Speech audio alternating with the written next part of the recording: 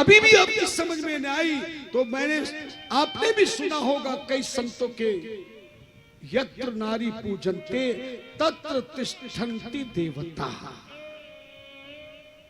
जहां नारियों का सम्मान होता है वहीं पर भगवान होता है। उसी के हृदय में ज्ञान होता है, उसी के जीवन का उत्थान होता है। धन धन। इसलिए मेरी माता बहनों, शास्त्रों में लिखा है कौन कौन शिवलिंग की पूजा करे, हाथ जोड़ के सुनिएगा। ब्राह्मण क्षत्रियो वैश्य शूद्रो व प्रतिलोभज पूजयेत सत्तम लिंगम तन मंत्रेण सादरम किम बहुक्तेन मुनि स्त्रीणाम अपि तथान्यता अधिकारोस्ति सर्वेषां शिवलिंग अर्चने द्विज। ब्राह्मण हो, क्षत्रिय हो, वैश्य हो, शूद्र हो, ध्यान देना, और स्त्री नाम अपि तथान्यतः, कोई स्त्री हो, देवता हो, संत हो, योगी हो, गृहस्थी हो, ब्रह्मचारी हो, वानप्रस्थी हो, सन्यासी हो, अधिकारोस्ति सर्वेषाम, सबको अधिकार है शिवलिंग अर्चना पूजा। शिवलिंग की पूजा कोई भी कर सकता है। अगर और सुनना चाहो तो मेरे बहुत मंत्र है मेरे पास, लेकिन समय कम है और आपको ज्यादा श्लोक सुनाने से कोई इतना लाभ नहीं। स्त्री नाम तु पार्थलिंगम संवृत्रणाम विशेषतः।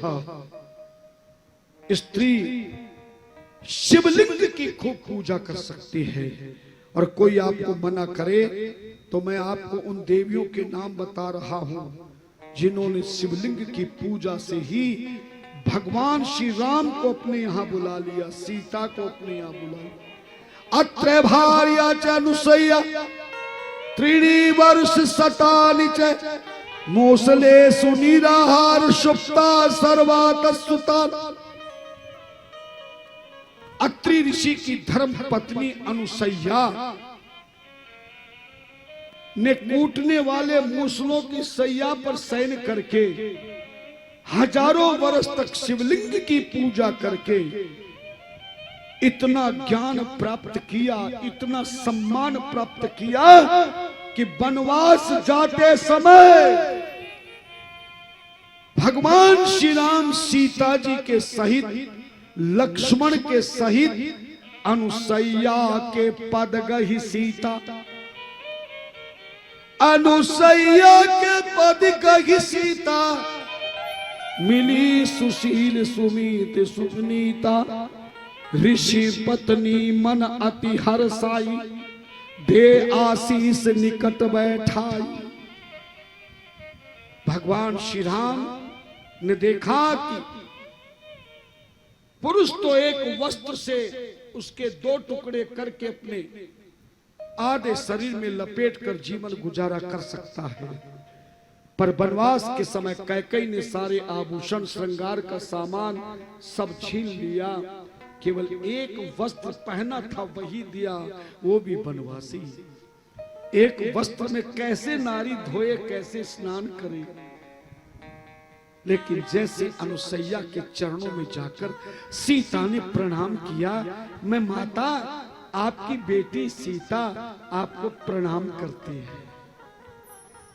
अनुसैया ने सिर पर हाथ रख दिया, पास में बिठाया।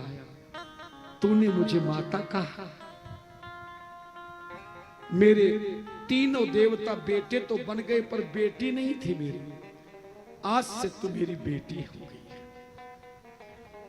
जब विदा होने लगे तो मां के घर से ससुराल में चाहे करोड़पति ससुराल की बहू हो, लेकिन माता के जब घर में आती है तो माता अपनी बेटी को विदा करते समय पति से भी छुप छुप के बढ़िया बढ़िया चीज देती। बेटी ये भी ले जा, ये भी ले जा, तुझे पसंद है तो ये भी देती है कि नहीं?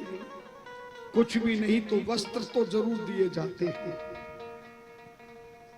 अनुसैया ने सीता जी को ऐसे वस्त्र दिए जिसको एक बार पहनने के बाद कभी अपवित्र नहीं होते, धोने की आवश्यकता नहीं, बिना पहने पहने अपने आप धुल जाएंगे, अपने आप सूख जाएंगे, उनकी सुंदरता कभी बिगड़ेगी नहीं।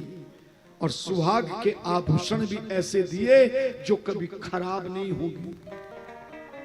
अनुसैया के पद गई सीता, मिली सुशील सुनीत सुविनीता, ऋषि पत्नी मन अति हर्षाई, दे आशीष निकट बैठाई, दिव्य वसन भूषण पहराए, जो नित्य नूतन अमल सुहाए। कभी खराब होने वाले वही आभूषण को रावण के चुराने पर वहां सुग्रीव के यहां डाला था सीता ने, जो अनुसैया जी ने दिया था।